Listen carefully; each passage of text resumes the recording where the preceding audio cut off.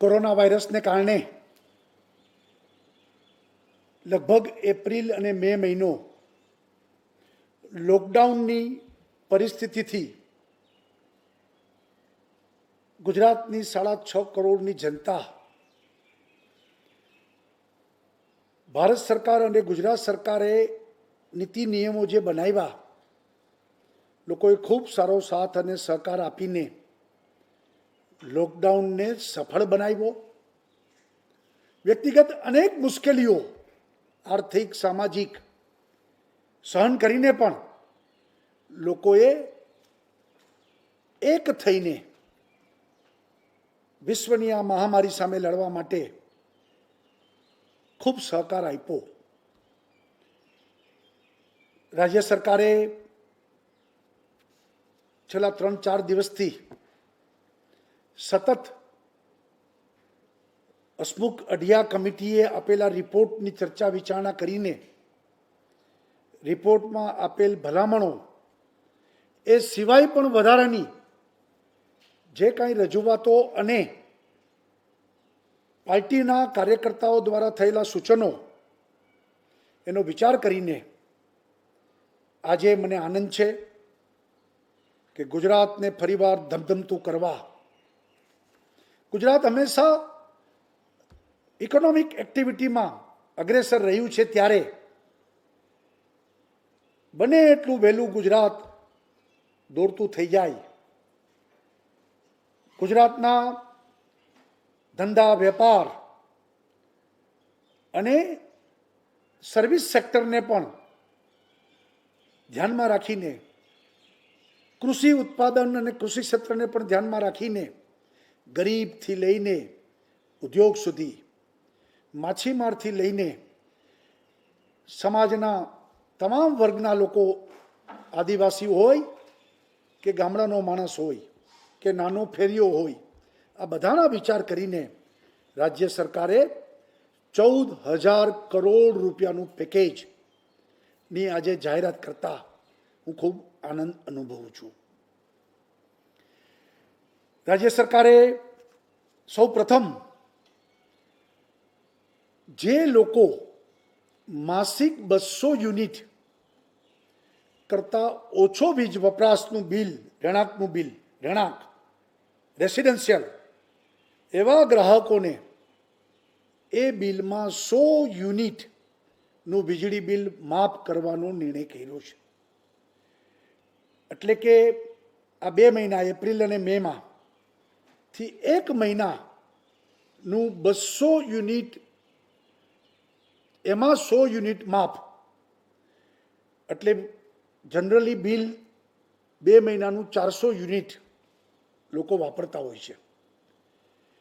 તો 400 યુનિટમાં 1 મહિનાના 200 યુનિટમાંથી 100 યુનિટ માફ, અને એ રીતે લગભગ 92 લાખ વીજ ગ્રાહકોને સીધી સહાયતા 650 કરોડ રૂપિયા રાજ્ય સરકાર જીવીવીએનએલને આ પૈસા આપશે અને એને 100 યુનિટ માફ કરવામાં આવશે.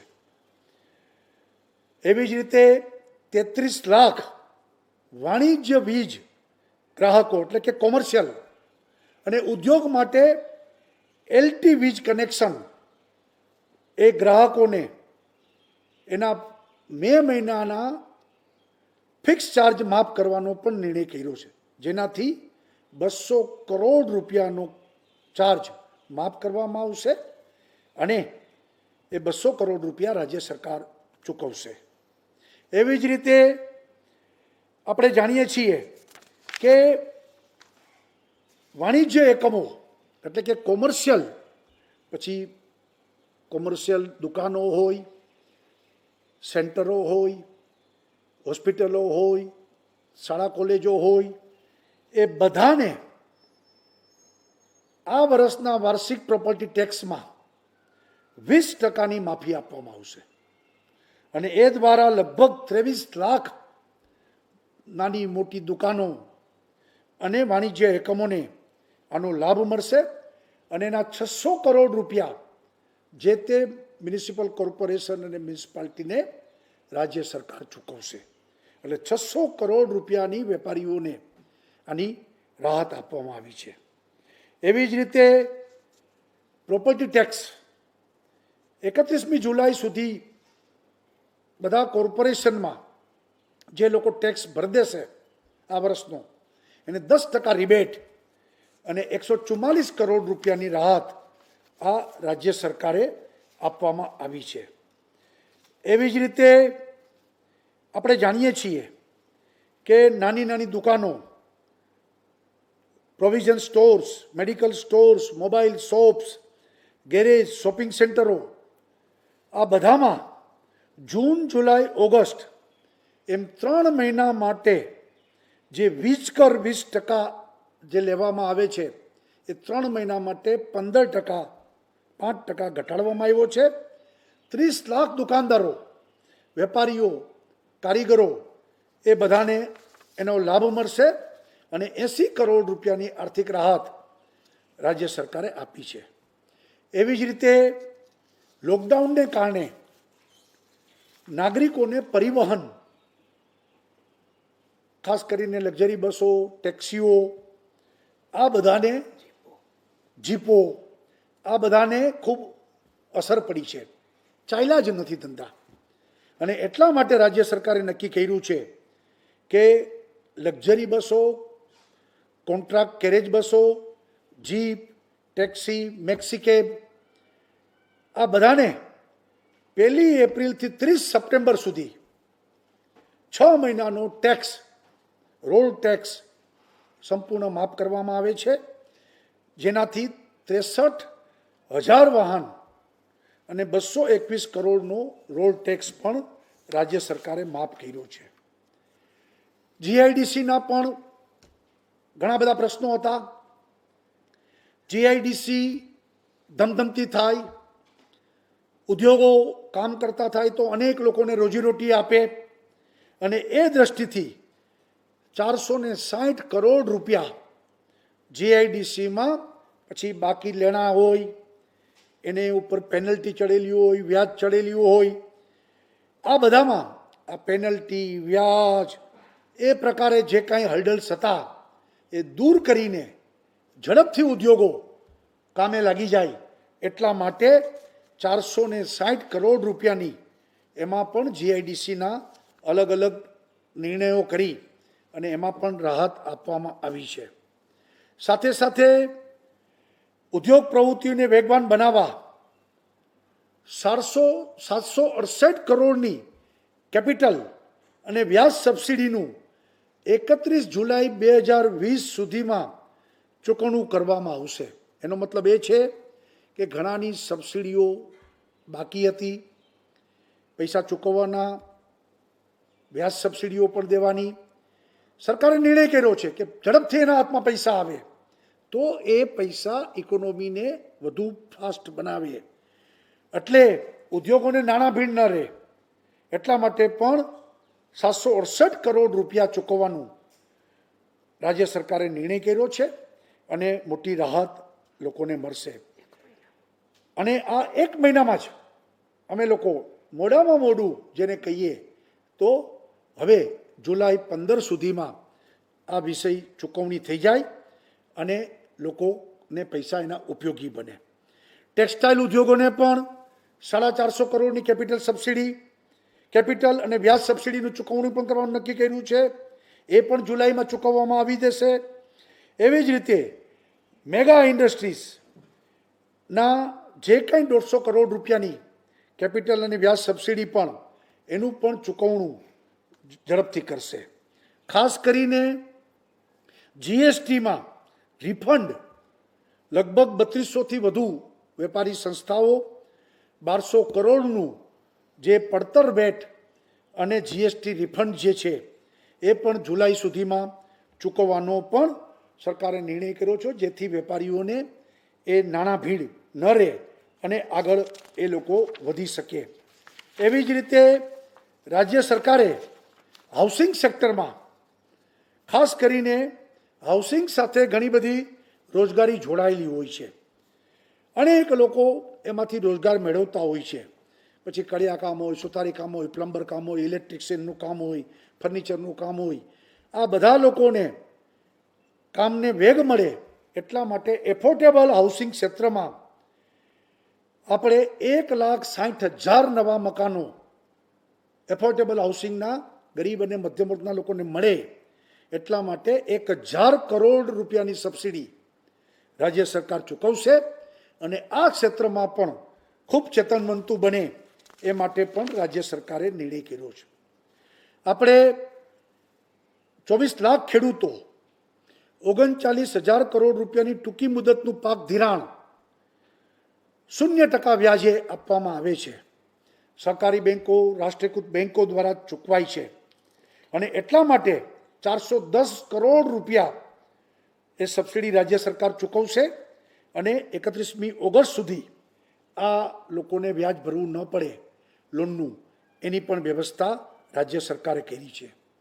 દેશી ગાય આધારિત પ્રાકૃતિક ખેતી એટલા માટે પણ રાજ્ય સરકારે 900 રૂપિયા એક ગાયને, જે લોકો પ્રાકૃતિક ખેતી કરવામાં આવતા હશે એને દર મહિને 900 રૂપિયા એક ગાય માટે સબસિડી, જેથી કરીને 10,800ની આર્થિક સહાય વાર્ષિક આપણે આપશું. લગભગ 61,000 ખેડૂતો આનો લાભ લેશે અને પ્રાકૃતિક ખેતીને વેગ મળશે. લગભગ 67 કરોડ રૂપિયા એ પણ રાજ્ય સરકાર ચૂકવશે. મુખ્યમંત્રી પાક સંગ્રહ યોજના એ અંતર્ગત ખેતરોમાં ખેડૂતો નાના નાના ગોડાઉનો બનાવે, ઝડપથી કામ થાય એટલા માટે એકમ દીઠ 35,000 રૂપિયાની સહાય, એટલે એક ખેતરમાં એક ગોડાઉન બનાવે એનો જે ખર્ચ થશે એમાં 35,000 રૂપિયા રાજ્ય સરકાર સહાય આપશે. 350 કરોડ રૂપિયા તાત્કાલિક એને આપણે આપીશું અને ઝડપથી આ પૈસા પણ લોકો વચ્ચે જાય અને ખેતરોમાં ગોડાઉનો બને, અનાજો બગડે નહીં, ખેડૂતને નુકસાન ના જાય એ માટે પણ સરકારે આ અંગેની પણ નિર્ણય કરીને આ પેકેજમાં લેવામાં આવ્યું છે. તાજેતરમાં ભારત સરકારે એક યોજના જાહેર કરી છે જેમાં મત્સ્ય ઉદ્યોગો માટે જરૂરી ફિશિંગ બોટ, ફિશિંગ નેટ, મત્સ્ય બીજ વગેરે 40 ઇનપુટ સાધનો એ લોકોને ખરીદવા માટે જે કંઈ ખરીદશે એમાં 200 કરોડ રૂપિયાની રાજ્ય સરકાર સબસિડી આપશે. કેન્દ્ર સરકાર પણ સબસિડી આપશે અને રાજ્ય સરકાર પણ સબસિડી આપશે અને આ ઉદ્યોગોમાં પણ ખૂબ વેગવંતુ બને અને ગુજરાત એ દરિયાકાંઠો ધમધમતો બને એ માટે પણ રાજ્ય સરકારે ફિશરીઝ ક્ષેત્રમાં પણ આ પેકેજનો ઉપયોગ કરવાની વાત કરી છે. આત્મનિર્ભર ગુજરાત 1 લાખ રૂપિયા કોઓપરેટિવ બેન્કો, ક્રેડિટ સોસાયટીઓ આ બધી લોન આપવાની છે. એમાં રાજ્ય સરકારે નક્કી કર્યું છે મુજબ 6% ઇન્ટરેસ્ટ સબસિડી રાજ્ય સરકાર આપશે, વાર્ષિક 2% જ ખાલી જે તે અરજદાર એને ચૂકવવાના રહેશે. 1 લાખ રૂપિયા સુધીની મુદતમાં એ આપણે આત્મનિર્ભર ગુજરાત પાર્ટ 1 આપણે જાહેર કરેલું. આ વખતે બીજું પાર્ટ 2 જાહેર કર્યું છે આપણે, જેમાં 1 લાખથી 2.5 લાખ સુધી બેન્કો, કોઓપરેટિવ ક્રેડિટ સોસાયટીઓ એ બધા લોકો લોન આપશે. એમાં કુલ 8%માંથી 4% એ અરજદારે ચૂકવવાના રહેશે, 4% રાજ્ય સરકાર સબસિડી આપશે અને 2.5 લાખ રૂપિયા સુધી એટલે મધ્યમ કક્ષાના વેપારીઓ એને હાથમાં મૂડી આવે, કોઈ પણ કારીગર એના હાથમાં 2.5 લાખ રૂપિયા આવે એટલા માટે પણ પાર્ટ 2 આપણે જાહેર કર્યું છે અને એ અંતર્ગત બીજા 300 કરોડ રૂપિયા, આગલા આત્મનિર્ભરમાં આપણે લગભગ 600 કરોડ રૂપિયા જાહેર કર્યા છે, આમાં બીજા 300 કરોડ રૂપિયા એ ઇન્ટરેસ્ટ સબસિડી એ રાજ્ય સરકાર આપશે. મહિલાઓને સ્વરોજગારી માટે મહિલા ઉત્કર્ષ જૂથોને, સખી મંડળોને 0%થી લોન એ મળી રહે એટલા માટે આપવામાં આવશે, જેના 200 કરોડ રૂપિયા એ વ્યાજ સહાય માટે પણ રાજ્ય સરકારે આ વિતરણ કરવાનું નક્કી કર્યું છે. એવી જ રીતે માનવ ગરિમા કલ્યાણ યોજના અને એ અંતર્ગત આપણે 32,000થી વધુ લાભાર્થીને ઝડપથી જ આપણે એ પોતે સ્વનિર્ભર બને એટલા માટે સાધનો એમને આપવાના અને એના આધાર ઉપર એ રોજીરોટી કમાતો થાય એટલા માટે 25 કરોડ રૂપિયા પણ રાજ્ય સરકારે જાહેર કર્યા છે. એવી જ રીતે આ પેકેજમાં આદિવાસી શ્રમિક, ગુજરાતના કોઈ પણ જિલ્લાનો આદિવાસી શ્રમિક એ બીજે કામ કરવા માટે, પછી બાંધકામ ક્ષેત્રે કામ કરવા જાય, ખેત મજદૂર તરીકે પણ કામ કરવા જાય, એને પોતાના ગામમાં મકાન બનાવવું હોય, પાકું મકાન, તો એટલા માટે 35,000 રૂપિયાની સબસિડી એમને આપવામાં આવશે, જેથી ગુજરાતના તમામ આદિવાસી શ્રમિકોને પોતાના ઘરનું ઘર પાકું બની રહે પોતાના ગામમાં. એટલા માટે પણ 350 કરોડ રૂપિયા રાજ્ય સરકારે આદિવાસી શ્રમિકો માટે ફાળવવામાં આવ્યા છે. લારી પાથરણાવાળા લોકો ગરમી, ઠંડી, વરસાદ અને એને મોટી છત્રી આપવી, જેથી કરી સોશિયલ ડિસ્ટન્સ પણ જળવાય અને આ બધાથી એને રક્ષણ પણ મળે, એટલા માટે 10 કરોડ રૂપિયા અને ઝડપથી છત્રીઓ રાજ્ય સરકાર આપીને એમને પણ ઉપયોગી થશે. એવી જ રીતે આપણે શ્રમિકો માટે, એના આરોગ્ય માટે ધન્વંતરી રથો એ વધારવાનો નિર્ણય કર્યો છે. 20 નવા રથ અને 25 કરોડ રૂપિયા એ એમના માટે પણ આપણે ફાળવવા માટેનો રાજ્ય સરકારે નિર્ણય કર્યો છે. સૂક્ષ્મ, લઘુ, મધ્યમ ઉદ્યોગોને પ્રોત્સાહન મળી રહે એટલા માટે GIDCમાં પણ અનેક નિર્ણયો કરવામાં આવ્યા છે. MSME માટે ભારત સરકારનું જે પેકેજ છે એ પેકેજ ઝડપથી એને પ્રાપ્ત થાય એના માટે જિલ્લે જિલ્લે નોડલ ઓફિસરો નિમીને એને પણ પૈસા મળી રહે એની પણ વ્યવસ્થા આ રાજ્ય સરકારે કરી છે. એવી જ રીતે રાજ્ય સરકારે રાષ્ટ્રીયકૃત બેન્કો સાથે સૂક્ષ્મ લઘુ વ્યાજ, લઘુ મધ્યમ કદના ઉદ્યોગોને ધિરાણ માટે વ્યાજના દરને ધ્યાનમાં રાખીને હાલના વ્યાજના દર 12%થી ઘટાડીને 10%નો જે નિર્ણય થયો છે એ માટે પણ સબસિડી રાજ્ય સરકાર આપશે. એવી જ રીતે અનેક અલગ અલગ ક્ષેત્રો, જેમ ગરીબ લોકો માટે અત્યાર સુધીમાં આપણે 5 વખત મફત અનાજ એ બધું પૂરું પાડવામાં આવ્યું. આપણે કરોડો કુટુંબોને આ રીતે આ કોવિડમાં મદદ કરવામાં આવી. દિવ્યાંગ, વૃદ્ધ, વિધવા આ બધાને પણ પેન્શનોના ઝડપથી પૈસા મળી રહે એની ચૂકવણી કરવામાં આવી છે. ખેડૂતોને 2,000 રૂપિયા એમને જે કિસાન સન્માન નિધિમાં મળે છે એ પૈસા પણ એમના ખાતામાં પહોંચાડવાની વ્યવસ્થા કરવામાં આવી. અને ઓવરઓલ જેને કહીએ કે રાજ્ય સરકારે દરેક વ્યક્તિ, દરેક ક્ષેત્રોને ધ્યાનમાં રાખીને એને ધબકતા કરવા માટેનો આપણો આ પ્રયત્ન છે. મુખ્યમંત્રી રાહત ફંડમાંથી પણ મોટી અસર મહાનગરોમાં થઈ છે. એટલે 100 કરોડ રૂપિયા 8 મહાનગરપાલિકાને મુખ્યમંત્રી રાહત ફંડમાંથી 100 કરોડ રૂપિયા ફાળવવામાં આવશે. અને 100 કરોડ રૂપિયા જે હેલ્થ વિભાગ જે કોવિડ માટે કામ કરી રહ્યા છે એને 100 કરોડ રૂપિયા, એમ કરીને 200 કરોડ રૂપિયા મુખ્યમંત્રી રાહત ફંડમાંથી પણ આ કોવિડના સંદર્ભમાં આપણે ફાળવ્યા છે. આ રીતે આખું પેકેજ જેને કહીએ લોકો સુધી પહોંચાડ્યું છે. આપણે બધાને ખબર છે કે 1,000 રૂપિયા 65 લાખ પરિવારોને સીધા ખાતામાં આપણે એપ્રિલ મહિનામાં આપ્યા છે. 650 કરોડ રૂપિયા રાજ્ય સરકારે ચૂકવી પણ દીધા છે. એટલે સર્વહિત માટે, બધાના માટે આ આખું પેકેજ 14,000 કરોડ રૂપિયા આપણે આપ્યા છે અને એનાથી ગુજરાતને આખું ધબકતું કર્યું છે. 120 કરોડ રૂપિયા એસટીને પણ જે નુકસાન થયું છે એને પણ ફાળવવામાં આવ્યા છે, જેથી ફરીવાર એસટી પોતે કામ કરતી થાય અને આમાંથી બહાર નીકળી શકે.